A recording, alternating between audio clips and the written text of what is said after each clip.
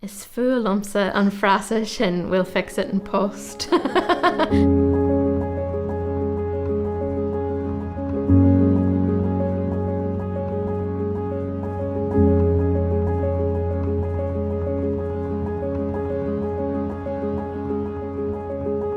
Is mis is Sorcha na Ghaeilge is Eagarthóir mé agus táid lonithe inis a dhéalamann post-production in ard Nasa Condaí an Dún. So an post atá ag Eagarthóir na go bonasach achan rud a chur in ord. Nuair táime sé ag inse scéal an rud atá faoi Eagarthóir is féidir leat cheamara éirithe a bheith agat ar an scéal, agus féidir leat sin a dhéanamh tríd ceol nó luas an píosa fiú, agus is sin difriúil do achan duine bheith arcair, so sin an rud is táhairtaí agus an rud is cuataí beidir. Ar labhairt se is féidir le mar rá go raibh amana an agus go raibh maidiabalta rudaí a chruthú in san éad gan dait, ach ar a bhhair sin agus an rud is táhairtaí na is forann muidialig.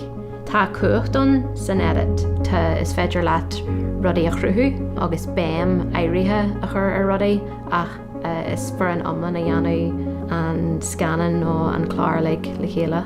An ceanna smó an ceanna smó go dtí seo na an scanan duine. Bhí an scanan dochréidse sin an rud is smó rilí a rim mé go dtí seo agus tá míonnta brúdú las. Ba bhrealam sa rá go mé trá díirithe díirechun le bheith i Eagarthóir ach ní dóilem go bhfuil ar an drothir is scéalaí é an Eagarthóir. Is fólam leor agus is Eagarthóir thu i gcónaí go dtí mar chur an tú scéal an dúil de rinne igen. Sin an rud is táhairtaí an rud is cuachtaí ach an rud is deacra nuair cruthíonn tú rud aigen agus deanan sin duine aigen ag smuoiní faoi rudaí. Tá sin táhairta, tá sin cuachtach. Tá sé ionach go bheith gobar trí bhean na Ghaeilge. Ghaeilge an chéad passion a bheith agamsa agus an fá go thur mé isteach de scéim idirna is an Ghaeilge an fá bhfuil mé an seo. Tá mé tógáil poisttí le Ghaeilge chumhaid, so tá sí lárnach in ar saoil, lárnach i Mhuire, so tá sí thó táhairta agus tá míonnta brúdúil is a bheith gobar trí bhean na Ghaeilge.